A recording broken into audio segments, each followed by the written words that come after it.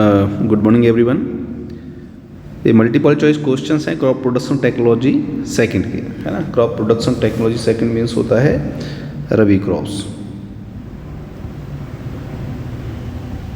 तो जितने भी रबी क्रॉप्स हैं, जो मेजर रबी क्रॉप्स हैं, उनके सभी के ऑब्जेक्टिव्स हैं। और ये ऑब्जेक्टिव्स जो हैं बहुत सारे एग्जाम्स में, है ना, मिड टर्म्स में, बहुत सी चीज़ों में ही इम्पोर्टेंट हैं और आते हैं उसके लिए।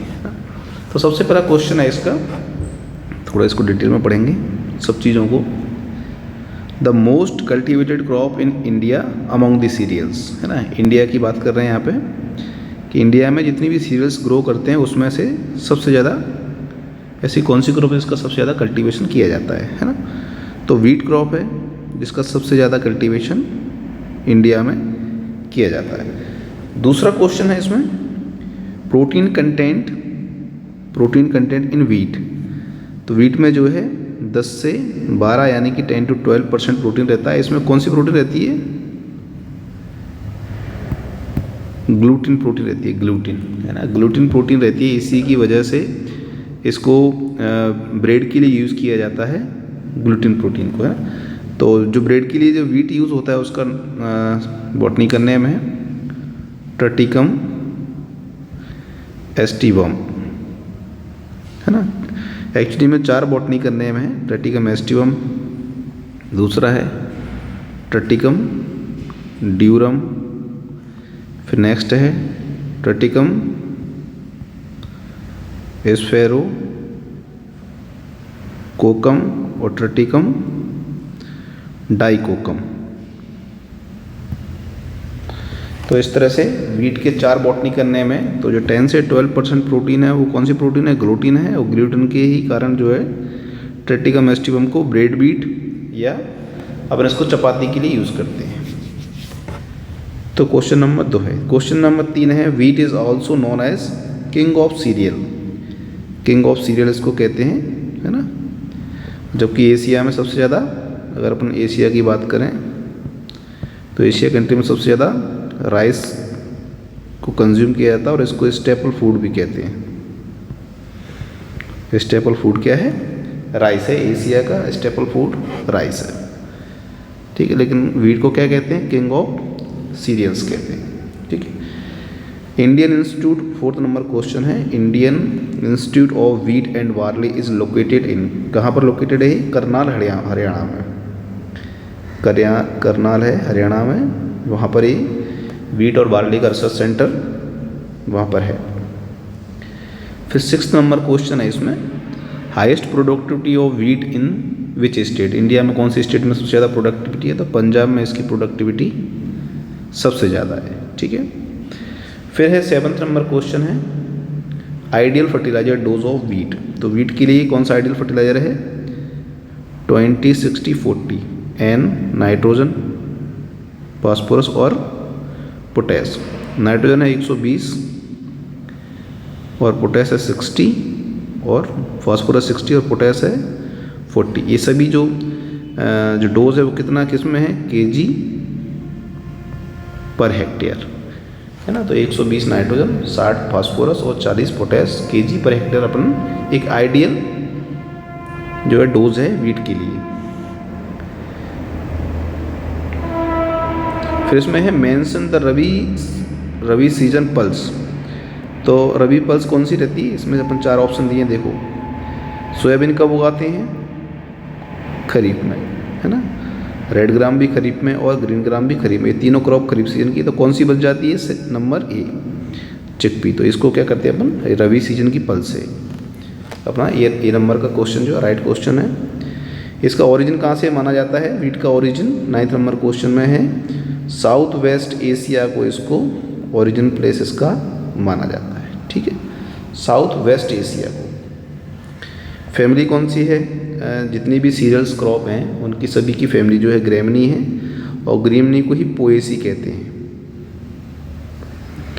ग्रेमनी फैमिली को पोएसी फैमिली भी कहते हैं और इसको ग्रेमनी भी कहते हैं, ठीक है।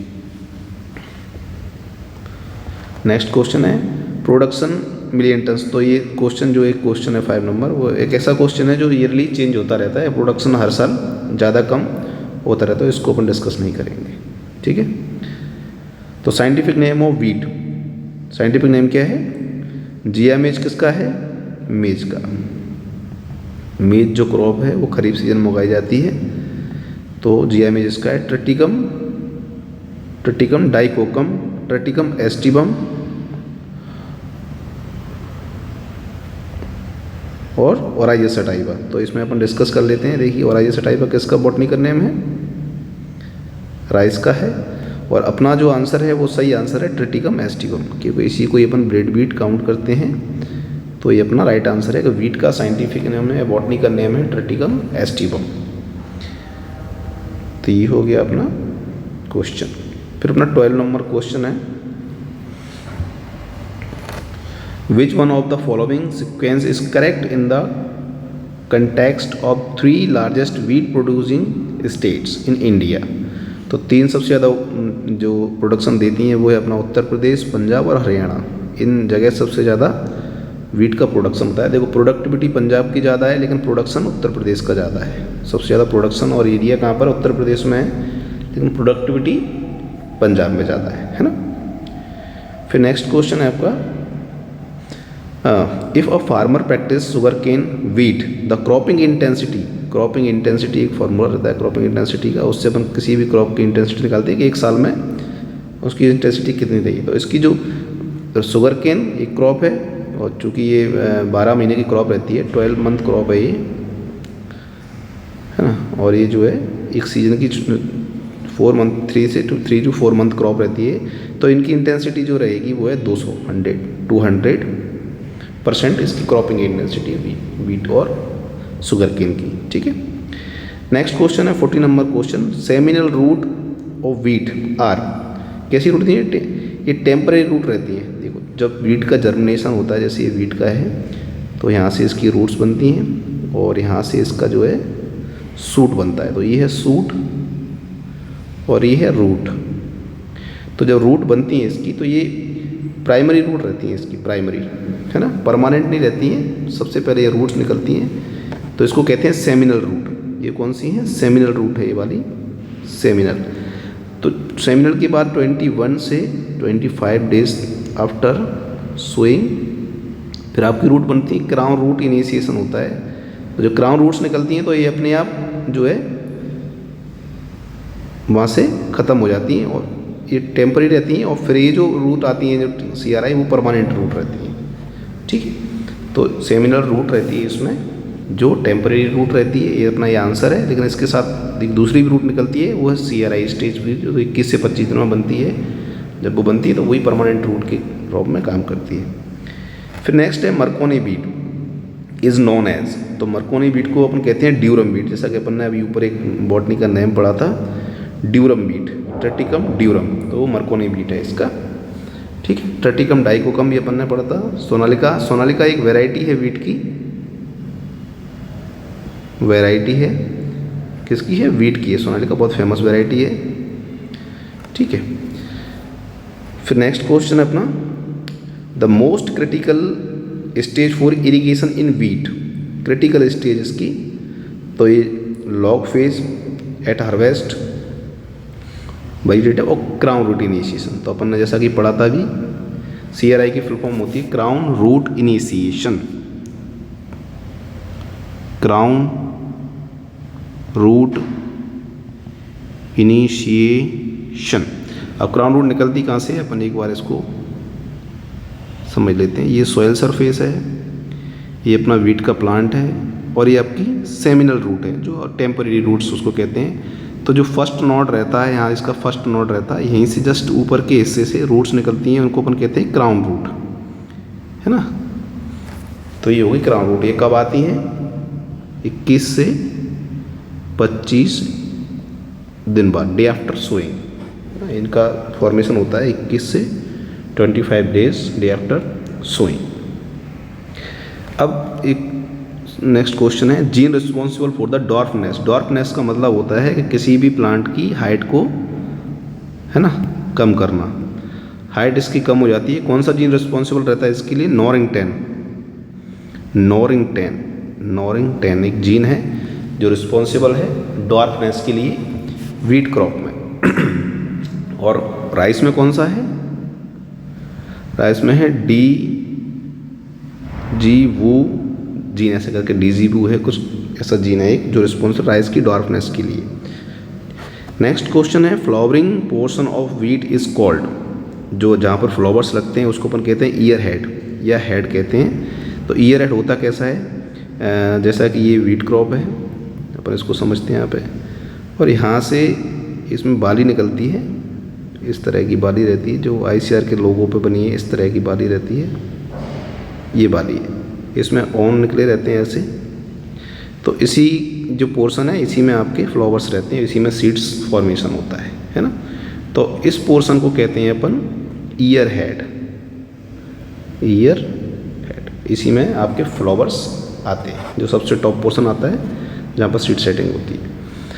नेक्स्ट क्वेश्चन है central zigzag axis of wheat grain is called, rachis बोलते हैं इसको,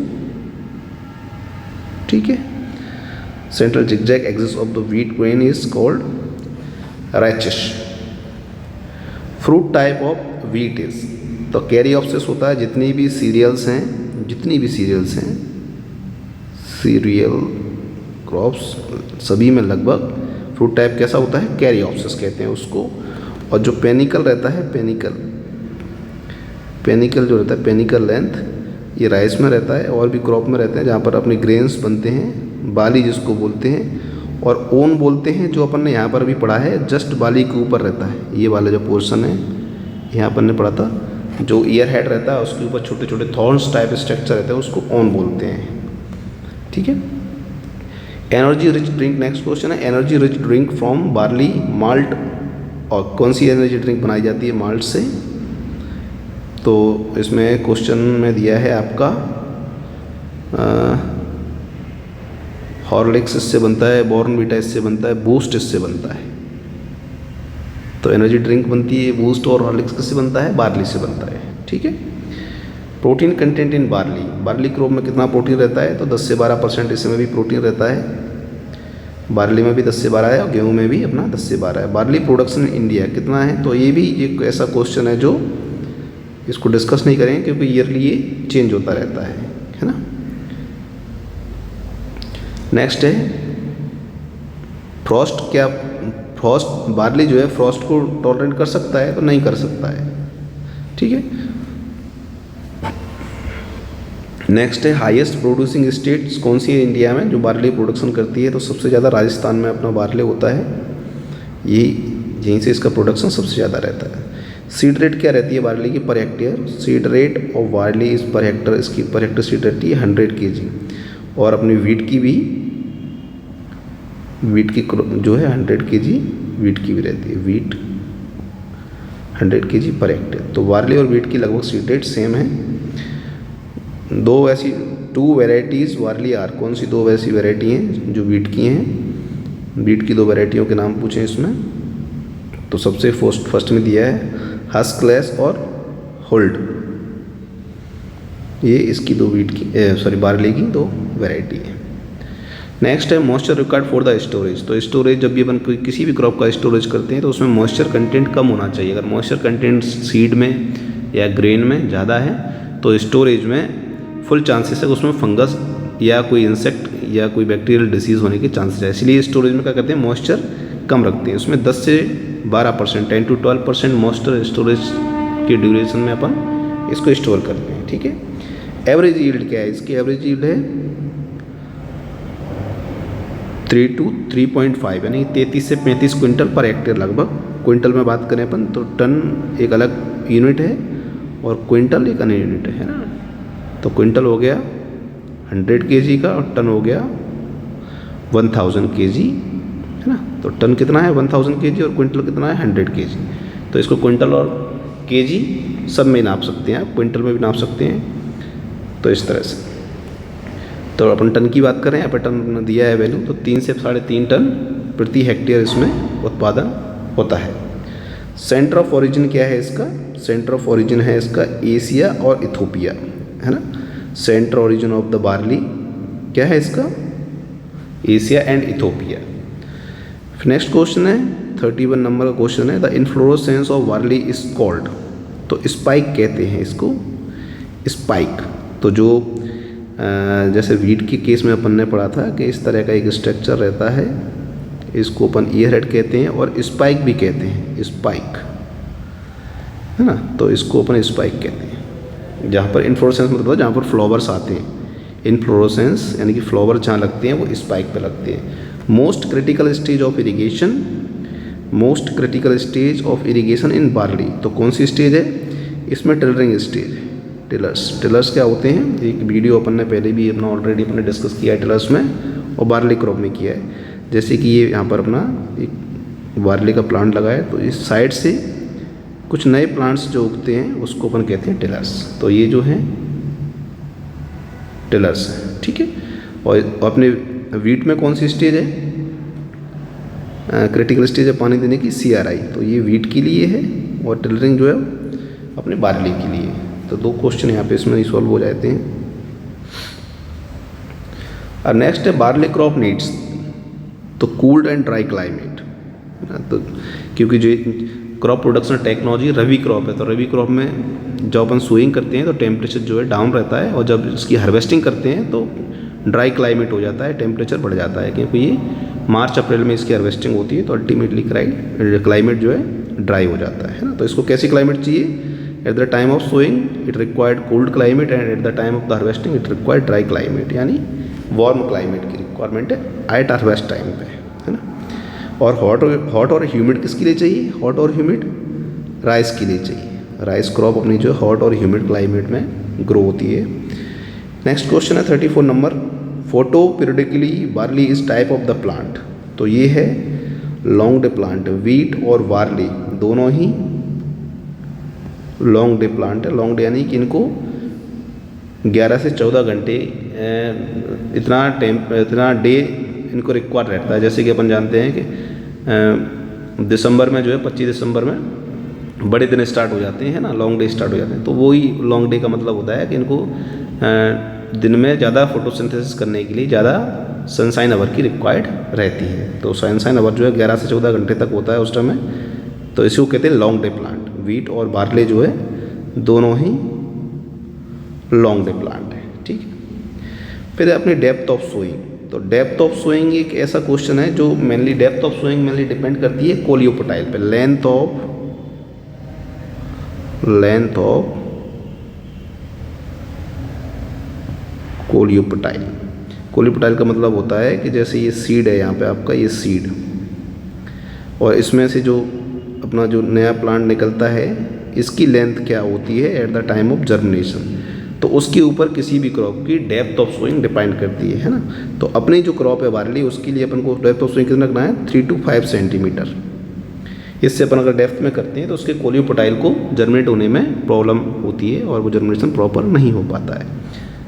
तो ये आपका 3 से 5 सेंटीमीटर की डेप्थ को अपन रखते हैं, ठीक है।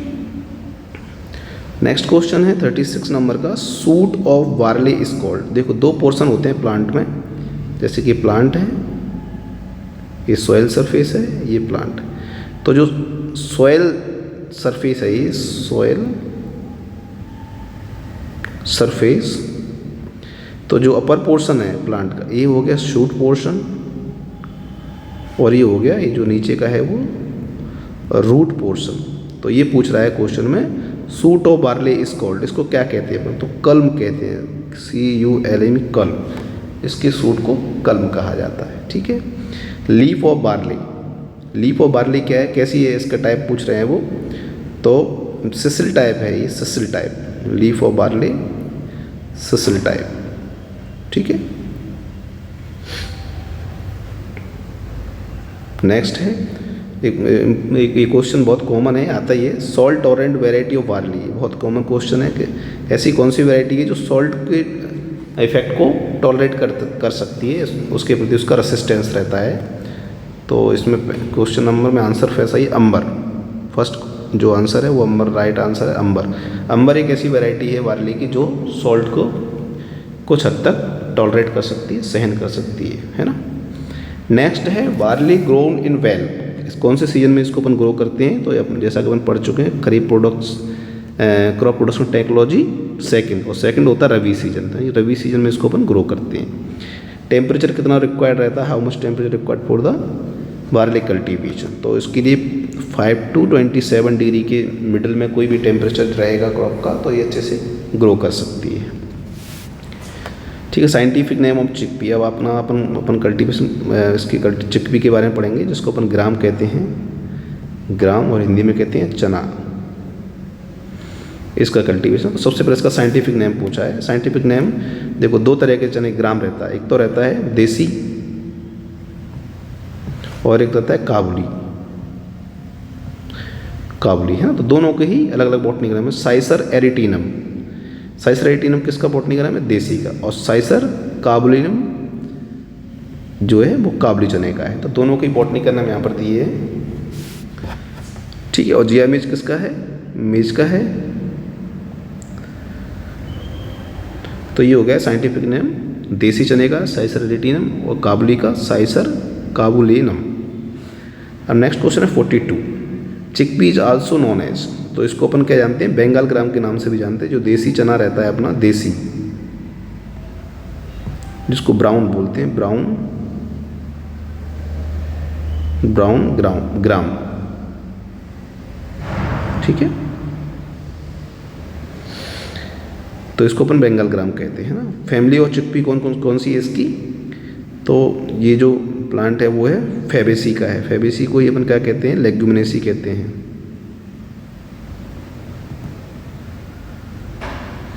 फैबेसी को ही लेग्यूमिनेसी फैमिली कहा गया है।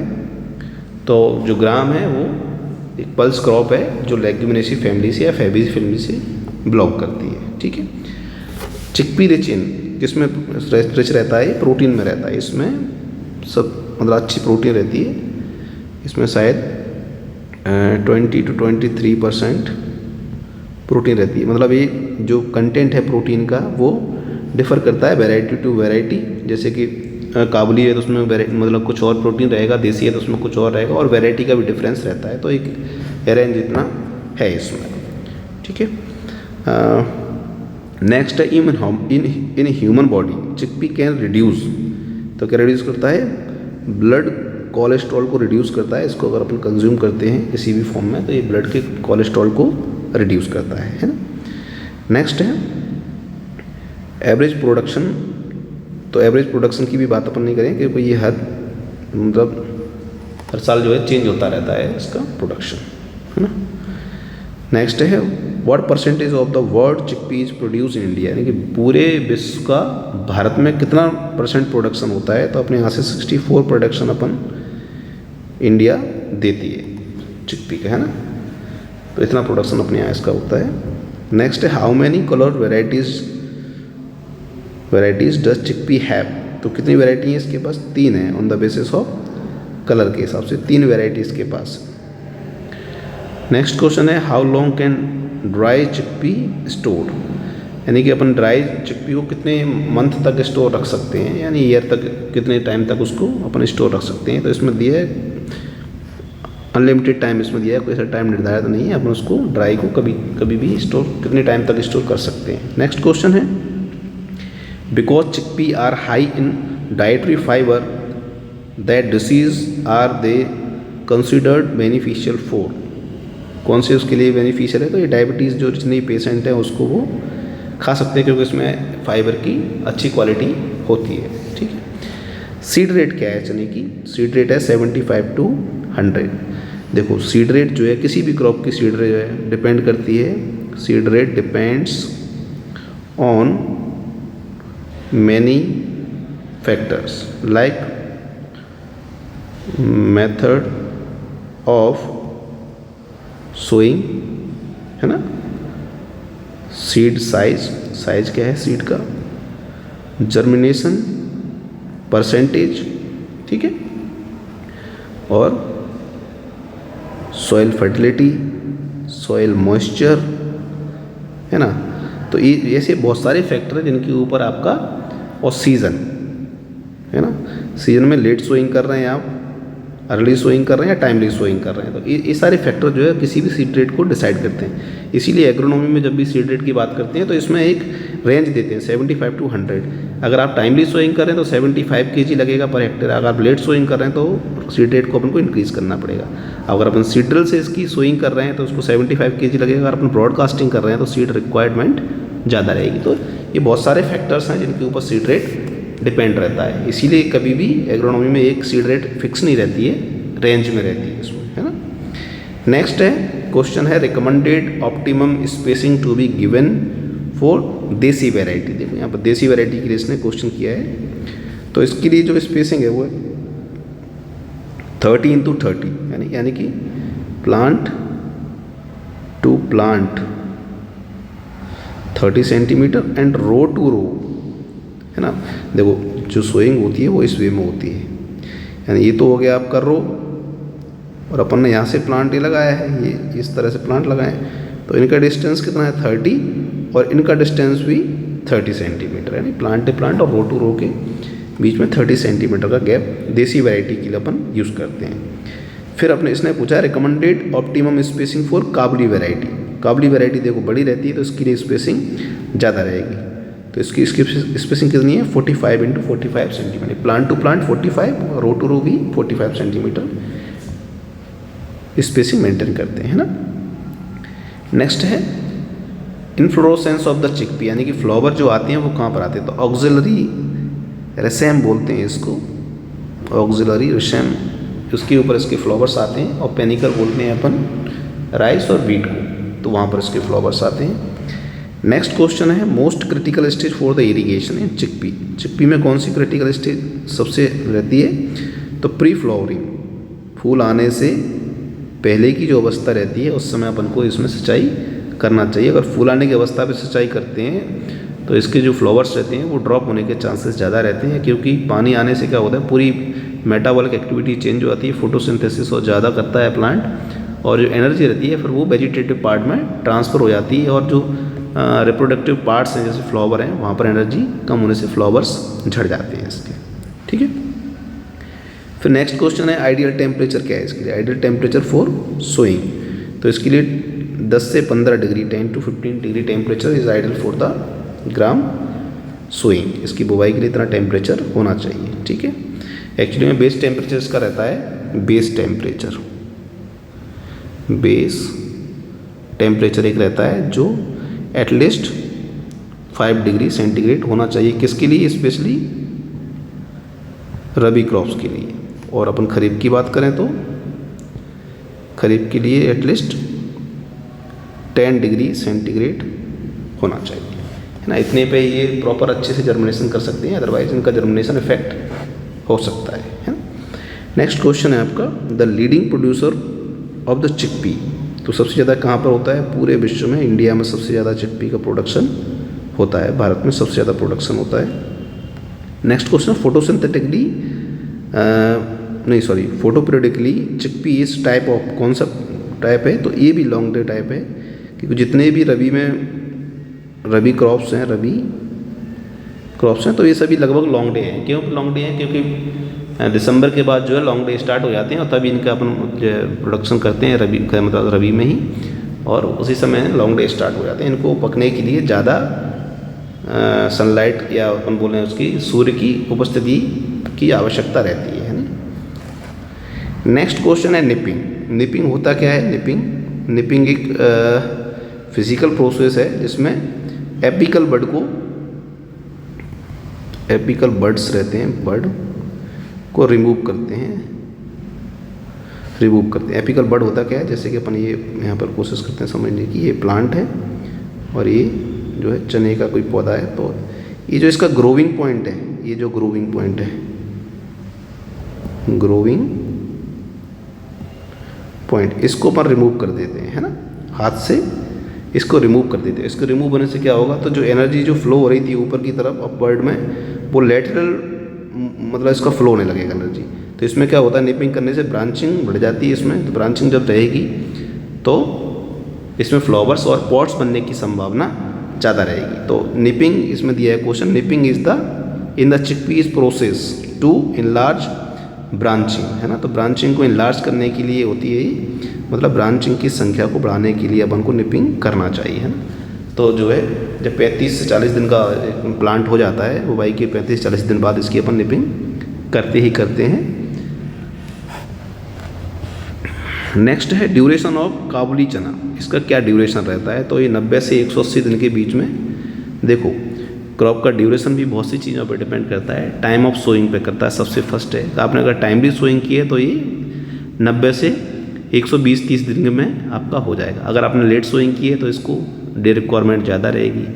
फिर है ना सीज़न के हिसाब से करता है। सीज़न में आपका टेम्परेचर वेरी किया है, इंक्रीज़ हुआ है या लो रहा है, तो उसके ऊपर भी क्रॉप की मैच्योरिटी डिपेंड करती है। इरिगेशन फैसिलिटी पे भी करती है। पानी अपन ने कब, इस इन्वायरमेंट में पानी बार बार बारिश हो रही है तो कोई भी क्रॉप की मैच्योरिटी लेट हो जाएगी, क्योंकि उसको मैच्योर होने के लिए प्रॉपर टेम्परेचर की रिक्वायरमेंट रहती है ना। तो ये चीज़ें हैं जो इसीलिए इसकी रेंज दी है 90 to 180 डेज़। तो ये रेंज है। क्लाइमेटिक फैक्टर कई सारे हैं इसको इफेक्ट करते हैं, है ना।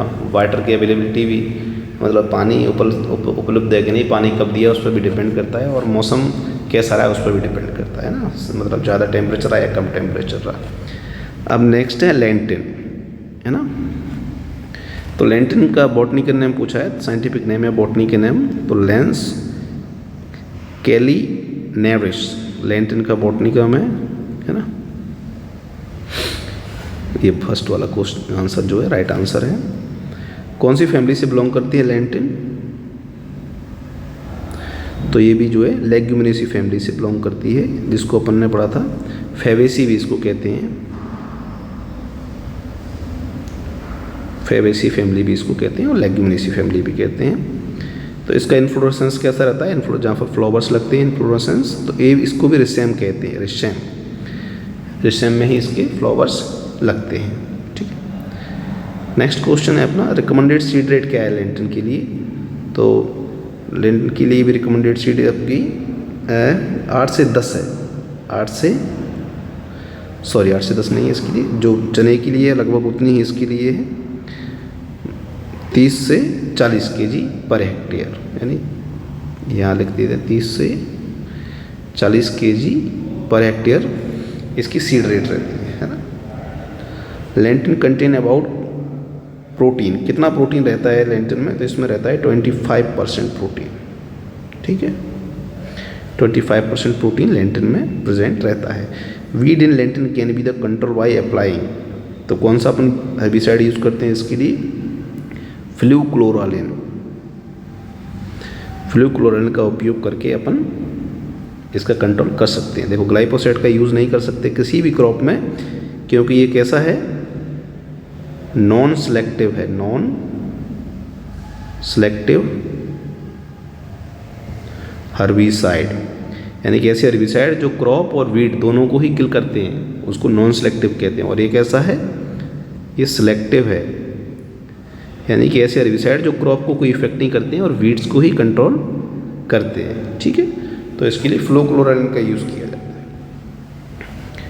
तो इसको कैसे क्लाइमेट की रिक्वायरमेंट है, Lentin crop needs cool and dry climate, यानी कि जैसे कि रबी सीजन की क्रॉप है तो सभी को कूल और ड्राई क्लाइमेट की रिक्वायरमेंट रहती है। सेंटर ऑफ ओरिजिन क्या है इसका, centre of origin of Lentin है आपका मेडिटेरियन रीजन, ये एक जगह है जहाँ से इसकी उत्पत्ति मानी जाती है। मेजर प्रोडक्शन कहाँ होता है लेंटिन का, सबसे ज़्यादा प्रोडक्शन आपका तो इंडिया में और कनाडा में सबसे ज़्यादा प्रोडक्शन इसका होता है, इंडिया में और कनाडा में। पॉलिनेशन का टाइप क्या है लेंटिन में, जो है पॉलिनेशन होता है, सेल्फ पॉलिनेटेड क्रॉप है, ये स्वयं ही परागण करती है, इसके फ्लावर्स जो है क्लोज रहते हैं, तो इसमें कोई भी क्रॉस पॉलिनेशन के चांसेस कम है, होते नहीं है इसमें। तो इसमें होता है सेल्फ पॉलिनेशन। लेंटिन को अच्छी तरह से कहाँ पर ग्रो कर सकते हैं, तो लो फर्टाइल सॉइल में भी इसको अपन ग्रो कर सकते हैं। लेंटिन वेल ग्रो इन, है ना, कहाँ पर भी कर सकते हैं इसको, लेस फर्टाइल है, कम है, तब भी ये अपना प्रोडक्शन करती है। इसलिए कर देते हैं क्योंकि इसमें नाइट्रोजन को फिक्स करने के बैक्टीरिया, राइजोबियम बैक्टीरिया इसमें प्रेजेंट रहते हैं, तो अपनी नाइट्रोजन की सफिशिएंसी कर लेते हैं और इनकी ग्रोथ जो है प्रॉपर हो जाती है, ठीक है। Identify the fungal disease in lentil, fungal disease कौन सा होता है लेंटल में, लेंटल में होता है ब्लैक रूट रॉट, यानी कि इसकी जो जड़ है वो फंगस के कारण सड़ने लगती है, काली पड़ जाती है ना, जड़ें काली हो जाती हैं, ब्लैक रूट रॉट डिसीज होता है। Lentil crop is also known as, तो इसको कहते हैं ड्राई लैंड क्रॉप भी इसको अपन कहते हैं, इसीलिए ये मतलब सभी पल्सेस में कम पानी की रिक्वायरमेंट रहती है, इनको जो है इनकी जड़ें बहुत गहरी रहती हैं और ये मॉइस्चर जो है ज़्यादा गहराई से जड़ों से लेती हैं और इनको कम पानी की आवश्यकता रहती है, इसलिए इनको ड्राई लैंड क्षेत्र में आराम से इजीली कल्टीवेट कर सकते हैं। लेंटन का प्लांट का टाइप क्या है? प्लांट का टाइप इसका है सी टाइप है, C3, C4, C3, C4 हो गया जैसे प्लांट जिनमें फोटोसिंथेसिस के दौरान 4 कार्बन बनते हैं, यानी 4 कार्बन ये बनाते हैं। इनके एग्जाम्पल हो गया C4 प्लांट्स के मेज, बाजरा,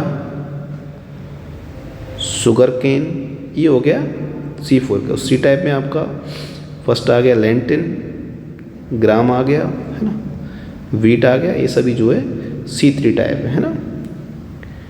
तो इस तरह से लेंटिन का टाइप है C3 टाइप प्लांट्स। इसमें स्पेसिंग की बात कर रहे हैं यहाँ पे। नेक्स्ट क्वेश्चन है स्पेसिंग कितना रखते हैं जब अपन कल्टीवेशन इसका करते हैं, तो इसमें स्पेसिंग रहती है 30 से 5 है ना। रो टू रो आपका 30 सेंटीमीटर रहता है और प्लांट टू प्लांट आपका रहता है ओनली 5 सेंटीमीटर, ठीक है।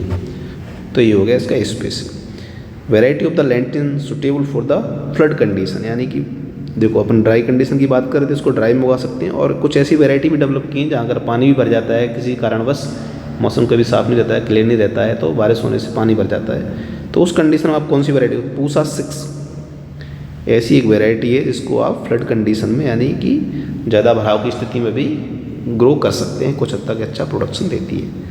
Lentin production India is highest in, तो सबसे ज़्यादा मध्य प्रदेश में प्रोडक्शन इसका होता है लेंटिन का, ठीक है।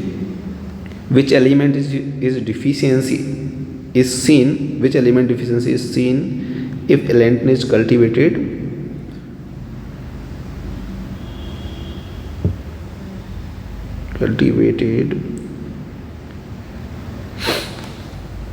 इसका थोड़ा सा ये ओवरलेप हो गया है, इसमें दिख नहीं रहा है, तो इस क्वेश्चन को अपन कैंसिल समझते हैं क्योंकि उसमें दिख नहीं रहा है इसका।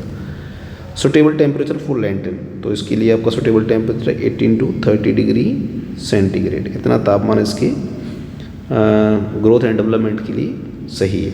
मेजर इंसेक्ट क्या है इसके लिए, मेजर इंसेक्ट की अपन बात करते हैं तो मेजर इंसेक्ट है इसमें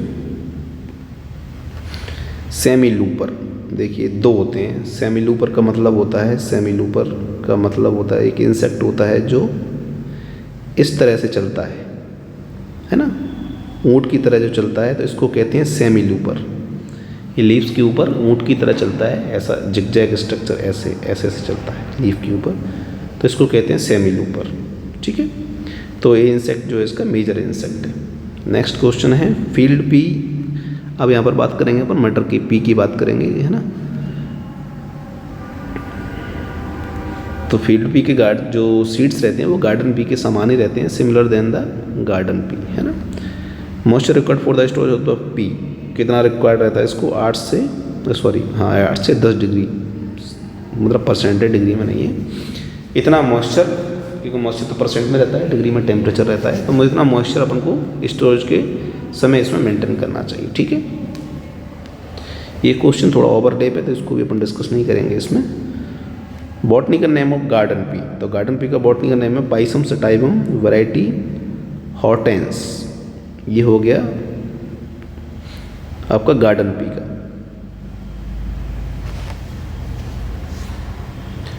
नेक्स्ट है जर्मिनेशन ऑफ पी, तो इसमें जर्मिनेशन कौन सा टाइप का रहता है, इसमें जर्मिनेशन रहता है ईपीजीएल, और हाइपोजीएल किस में रहता है,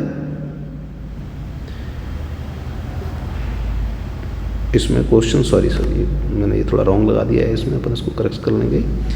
बी नंबर हाइपोजीएल रहता है। देखो जर्मिनेशन के टाइप्स ईपीजीएल और हाइपोजीएल 2 टाइप रहते हैं।